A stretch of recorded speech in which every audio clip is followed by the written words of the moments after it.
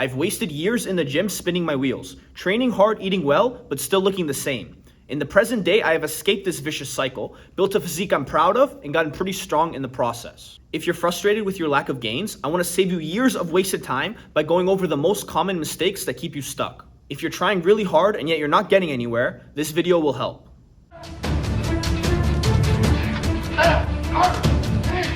Believe it or not, I'm going to tell you to make your workouts easier. I know it sounds completely counterintuitive. Wouldn't it make sense to train harder? Yes and no. If you're lifting casually or you're just getting into the gym, you do need to get into the habit of pushing yourself. But many of you have been training for a while. You've been consistent and yet you still find yourself plateaued.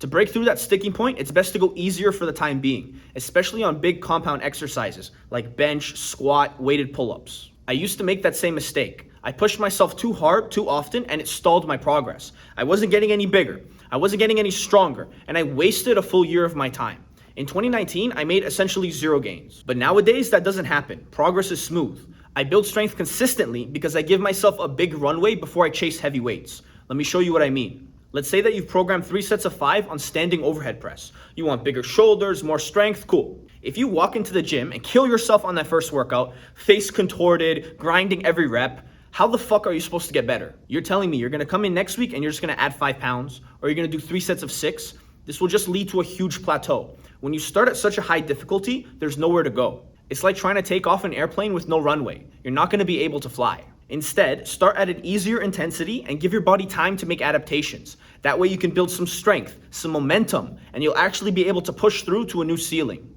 If 105 pounds is your max weight for 3 sets of 5, start at 80 or 85 pounds. By the time you get to max weight, your plane will have enough speed. You'll be able to take off and you can push for 110, 115, or even higher. This is only possible because you decided to start light and be patient. We gave ourselves a nice big runway. I didn't understand this back in the day. I used to go all out all the time and kept banging my head against the wall. Progress requires patience. Sometimes you gotta take your foot off the gas so you can keep moving forward. If you're anything like me and you have that raw, animalistic desire to push yourself in the gym, I'll give you 2 recommendations. Save that intensity for the smaller isolation movements. The chance of injury is much lower and there's no harm in pushing your curls a little harder. You can also save that intensity for your last set. If your plane is still on the runway, meaning it's a little bit easy, you can do 2 sets of 5, and on the last one, gun it as many as you can.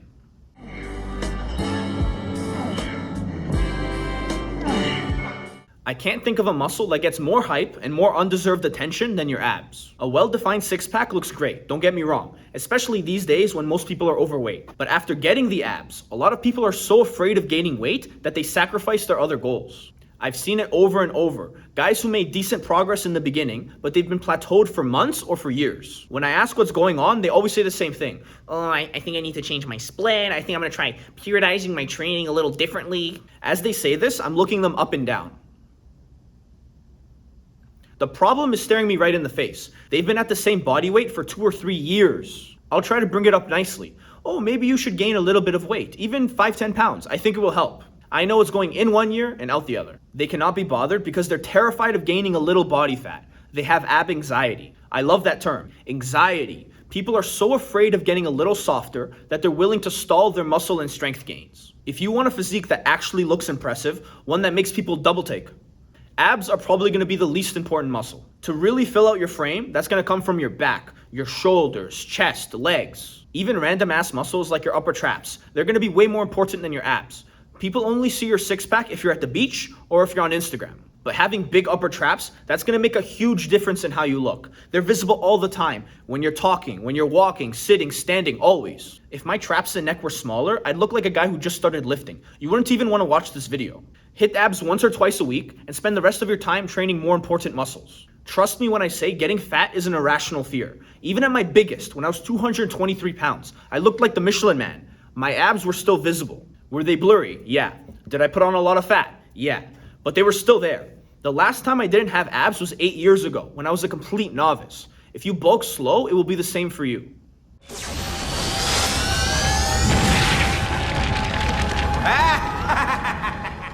I don't like one-dimensional fitness advice. You've probably heard the classic line, diet is 80% of your results. That can be useful advice, but it's always better to have a more holistic view. We need to zoom out. There is a holy trifecta that drives all of your progress in the gym. Training is usually the first thing people try to adjust, and it makes sense. If you don't train, you're not going to grow. But the internet is obsessed with training. Everyone's talking about volume, intensity, exercise selection, blah, blah, blah. Okay, cool, but it's only one part of the trifecta. What about diet and sleep? It's not as sexy, it's not going to get you as many likes on the Instagrams, but it's a necessary piece to the puzzle. Think about it like this. Training is the seed, diet and sleep are the water and sunlight. You need both. Without nutrients, the seed won't grow. But without the seed, there's nothing to grow in the first place. You, the person watching this video, I know that either diet or sleep is a struggle for you. Whatever you're thinking about right now, that's what you need to improve. Focus on the weakest link in the trifecta.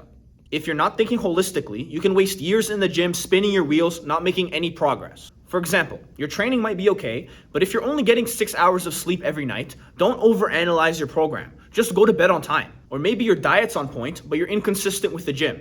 You go for a few days, then you skip some workouts. That's what's holding you back.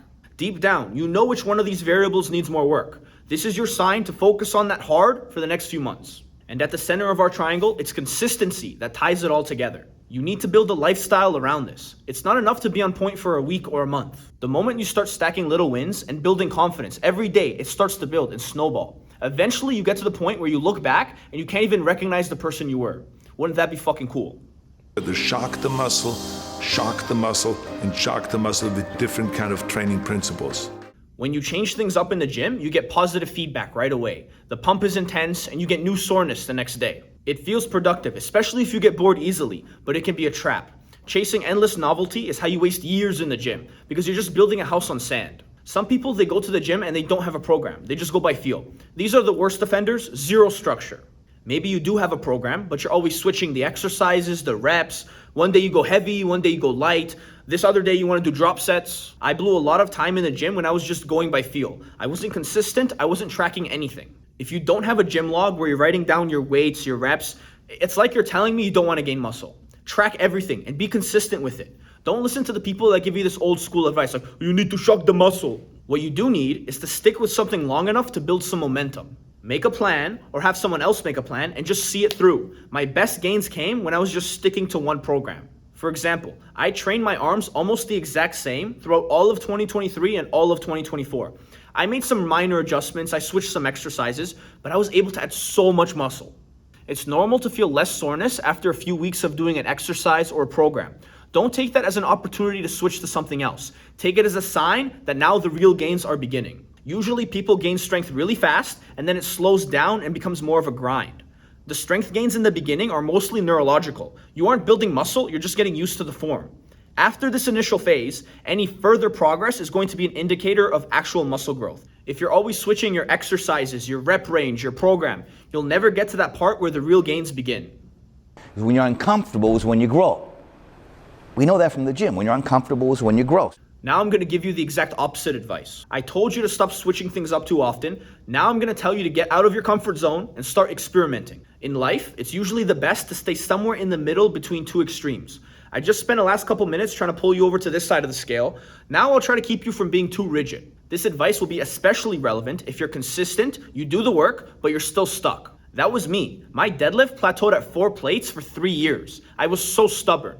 I assumed that the program that got me to 4 plates was the program that was going to get me to 5. Staying in your comfort zone is how you become an intermediate lifter forever. You see a lot of these kinds of people in the gym.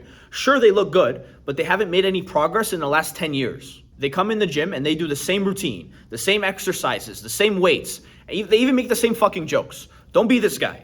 You need to be like a mad scientist from time to time and experiment with your training. Stay out of your comfort zone. This is what I did with my arms. When they were plateaued around 16.5 inches, I said, fuck it, let's have an arm day.